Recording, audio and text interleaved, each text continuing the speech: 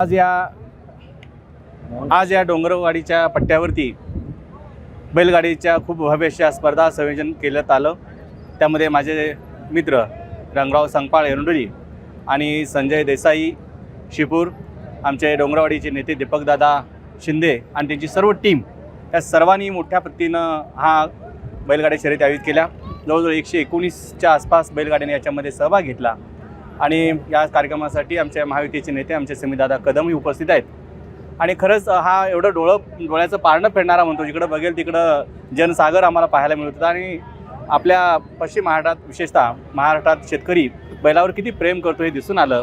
आणि एक निमित्त आहे वाढदिवस, परंतु शेतकऱ्यांच्यामध्ये जी एक एनर्जी, ज्यातून प्रेम निर्माण दिसतं, ते करण्याचा आम्ही प्रयत्न केला।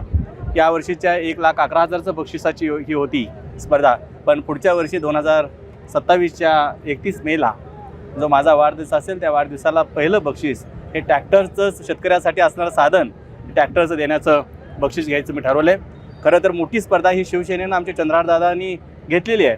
त्यावेळेला आमचे नेते एकनाथजी शिंदे साहेब आलेले होते आणि तशी स्पर्धा तेवढी मोठी आपण होणार नाही, पण नक्की मिरज तालुक्यातली मोठी स्पर्धा आपण घेण्याचा नक्की मानस आपण व्यक्त करतोय।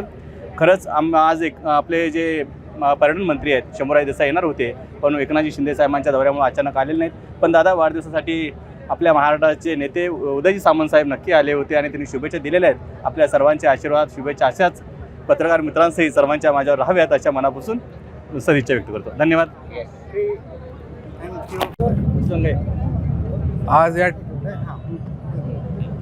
आज या ठिकाणी या डोंगराळ भागामध्ये आज जी आपण या ठिकाणी बघतोय की या बैलगाडी शौकीनांची गर्दी जी इतक्या लाखोच्या संख्येने उपस्थित आहे, आज निमित्तही तसा आहे। आमचे महायुतीचे नेते, माझे मार्गदर्शक गुरु, शिवसेना एकनाथ शिंदे गटाचे महानगर प्रमुख, अनेक असं धुरंधर नेतृत्व असणारे आदरणीय मोहन वनखंडे सर यांच्या 52व्या वाढदिवसानिमित्त आज या ठिकाणी 119 अशा बैलगाड्यांनी या असणाऱ्या शर्तीमध्ये सहभाग घेतला। त्याचबरोबर बोंद्रे यांची त्या ठिकाणची हरिपूरची जी गाडी आहे तिनं प्रथम क्रमांक पटकावला आणि या सगळ्या बैलगाडी शौकीनांचे डोळ्याचे पारणे फेडले। एक अतिशय उत्साहानं मोहन वनखंडे सरांवरती प्रेम करणारी सर्व मंडळी या ठिकाणी आज उपस्थित होती।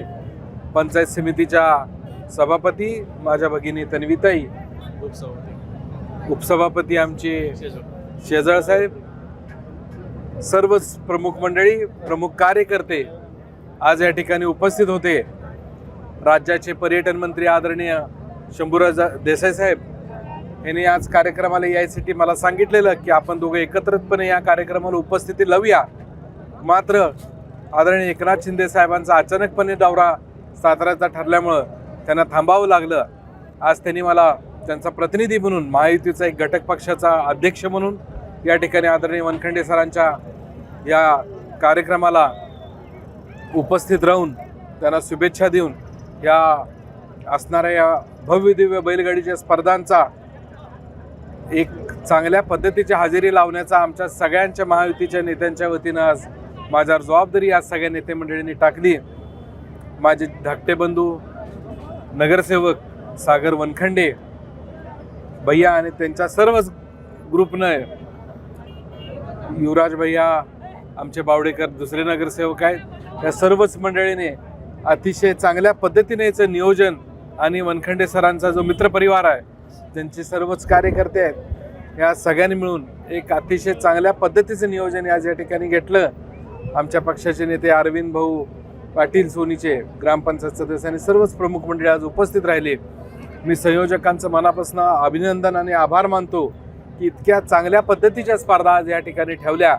आणि या निमित्तानं मी महायुतीच्या वतीनं आदरणीय वनखंडे सर यांना दीर्घ आयुष्य, आरोग्यदायी आयुष्य लाभो अशा पद्धतीचा निरोप आदरणीय नामदार शंभूराज देसाई साहेबांनी मला दिला, तो आज आपल्या सगळ्यांच्या माध्यमातून मी सर्वसामान्यांकडे पाठवतो।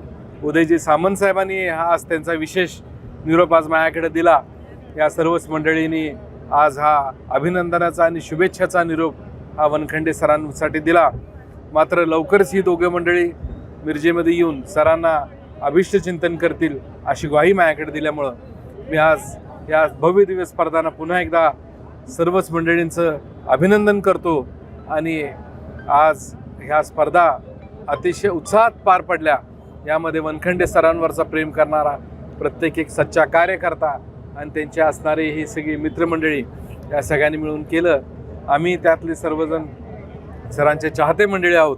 त्यामुळे आम्हाला सगळ्यांना एक बैलगाडीचा शौक पहिल्यापासून आहे, तर ते आज आमच्या सगळ्यांच्या डोळ्याचे पारणे फिटलेले आहेत. मी एक यशस्वी स्पर्धा ज्या सरांच्या माध्यमातून झाले त्यासाठी सर्वच मंडळींचं मनापासून पुन्हा एकदा अभिनंदन करतो.